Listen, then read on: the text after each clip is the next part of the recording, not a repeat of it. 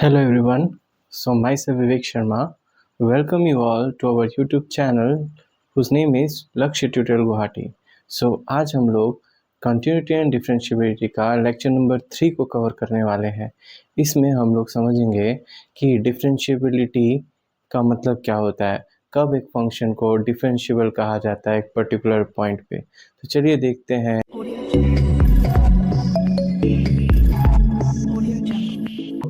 Real function f एक real function है f, ठीक है. रियल फंक्शन यानी जिसका डोमेन और रेंज दोनों ही R का सबसेट हो. तो रियल फंक्शन f इसको डिराइवेबल या डिफरेंशिएबल तभी कहा जाएगा एक पर्टिकुलर पॉइंट में अगर वो पॉइंट पहला तो फंक्शन के डोमेन में होना चाहिए. अगर वो पॉइंट फंक्शन के डोमेन में है तभी हम वहाँ पे फंक्शन को डिफरेंशिएट कर सकते हैं. तो फंक्शन को अगर डिफरेंशिएट करना चाहते हैं तो उस पॉइंट पे जो लेफ्ट हैंड डिराइवेटिव होगा उस पॉइंट पे eight x equal to C पे जो हम लोग डिफरेंशिएट करना चाहते हैं तो eight x equal to C पे जो लेफ्ट हैंड डिराइवेटिव होगा, एक्स इक्वल टू सी पे जो राइट हैंड डिराइवेटिव होगा, या फिर हम उसे ऐसे भी लिख सकते हैं L F dash C equal to R F dash C, यानी दोनों एग्जिस्ट करना चाहिए, दोनों फाइनाइट वैल्यू होना चाहिए, इन्फिनिटी नहीं. दोनों इन्फिनिटी इन्फिनिटी इन्फिनिटी हम लोग कह देंगे कि दोनों इक्वल है, वैसे नहीं हो सकता. तो दोनों एग्जिस्ट करना चाहिए यानी दोनों फाइनाइट वैल्यू देना चाहिए. ओके और साथ ही साथ दोनों इक्वल होना चाहिए, एग्जिस्ट करना चाहिए और इक्वल होना चाहिए. अगर ये एग्जिस्ट और इक्वल होता है तभी हम लोग कह सकते हैं कि फंक्शन उस पर्टिकुलर पॉइंट पे डिफरेंशिएबल है. तो मान लेते हैं कि वो दोनों लेफ्ट हैंड डिराइवेटिव और राइट हैंड डिराइवेटिव अगर L है तो हम लोग कह सकते हैं कि जो फंक्शन है, फंक्शन का जो डिराइवेटिव है x इक्वल टू सी वो L है. यानी f डैश सी हमें क्या मिलेगा, L. इसको f डैश सी का मतलब है फंक्शन डिफरेंशिएबल है एट c और उसका वैल्यू है L. या फिर हम लोग इसको ऐसे भी लिख सकते हैं D D X of F of X at x equal to C is L. अब हम लोग समझते हैं कि graphical meaning of left hand derivative क्या होता है. तो अगर हम लोग at x equal to C पे जो फंक्शन का कॉरस्पॉन्डिंग वैल्यू है यानी एफ सी, उस पे टेंजेंट बनाने की कोशिश कर रहे हैं, ठीक है. सो टेंजेंट बनाएंगे तो मान लीजिए टेंजेंट तो हम डायरेक्ट नहीं बना पाएंगे, ठीक है. हमें क्या करना पड़ेगा, हमें दो पॉइंट कंसीडर करना पड़ेगा, ठीक है. हम दो पॉइंट अगर हम कंसीडर कर रहे हैं तो इसको हम लोग कह सकते हैं कि ये x है, ठीक है, जो एक बहुत ही क्लोज है राइट हैंड साइड से, तो बहुत ही क्लोज है, इसके बीच में एक बहुत छोटा सा डिफरेंस है वो है h.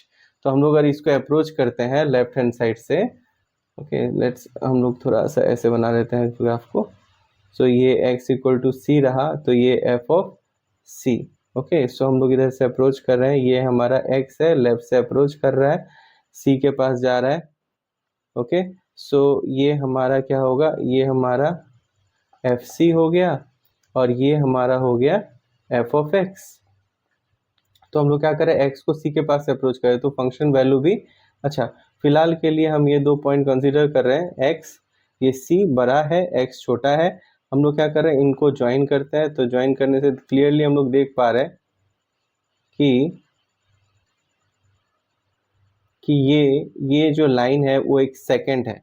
तो इस सेकंड का स्लोप, अच्छा ये पॉइंट का कोऑर्डिनेट्स क्या होगा, ये पॉइंट का कोऑर्डिनेट्स होगा x comma F of X और इस पॉइंट का कोऑर्डिनेट क्या होगा तो c comma F of C. Okay so हम इस लाइन का स्लोप निकाल सकते हैं. ये लाइन क्या है, ये कर्व को दो पॉइंट में काट रहा है, ठीक है. ये पॉइंट को a कह देते हैं, ये पॉइंट को b कह देते हैं, दो पॉइंट पे काट रहा है ये. ओके सो इसे हम लोग ऐसे ड्रॉ करते हैं. ओके सो हम लोग देख सकते हैं कि ये पॉइंट को, ये कर्व को दो पॉइंट में काट रहा है, यहाँ काट रहा है यहाँ काट रहा है. तो एक्चुअली ये सेकंड है, तो स्लोप ऑफ सेकंड कैसे निकलेगा, slope of second equals to, तो फॉर्मूला था स्लोप ऑफ सेकंड निकालने का F of y2 minus y1 by x2 minus x1, यानी ये y2 रहा ये y1 रहा, F of c minus F of x by c minus x.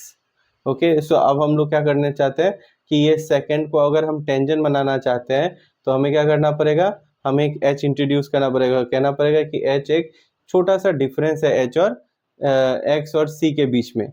ठीक है, छोटा सा डिफरेंस यानी लगभग वो वैल्यू 0 है। हमें क्या करना पड़ेगा, एक पॉइंट को फिक्स करके दूसरा पॉइंट को धीरे धीरे एक पॉइंट के क्लोज अप्रोच करवाना पड़ेगा, यानी हमें क्या करना पड़ेगा, लिमिट लगाना पड़ेगा, limit a tends to b, है ना, a b के पास जा रहा है, तो हम लोग कह सकते हैं कि स्लोप ऑफ टेंजेंट हमें मिल जाएगा, स्लोप ऑफ टेंजेंट। तो ये क्या होगा, F of C minus F of X by C minus X, यानी ये जो स्लोप ऑफ टेंजेंट है इसे हम लोग ऐसे भी लिख सकते हैं, limit H tends to 0 F of C minus, अच्छा तो आप देख सकते हो कि एक्स जो है वो सी से छोटा है, एक्स इज स्मॉलर देन सी, यानी ये जो डिफरेंस है अगर हम लोग एक्स के साथ जोड़े तब हमें सी मिल जाएगा, यानी हम एक्स की जगह क्या लिख सकते हैं, सी माइनस एच, यानी यहाँ आ जाएगा सी माइनस एच और यहाँ सी माइनस एच, यानी limit H tends to 0 F of C minus sorry F of C minus H और नीचे आ जाएगा एच, ओके, माइनस ये सी और C cancel, minus minus plus plus H, तो यहाँ पे ये हमारा क्या हो गया, ये हमारा हो गया left hand L F dash C, या फिर left hand derivative at x equal to C. इस तरीके से हम लोग लेफ्ट हैंड डिराइवेटिव निकाल सकते हैं, ठीक है। ये हमें ये एग्जिस्ट करना चाहिए, एग्जिस्ट करना चाहिए, ओके।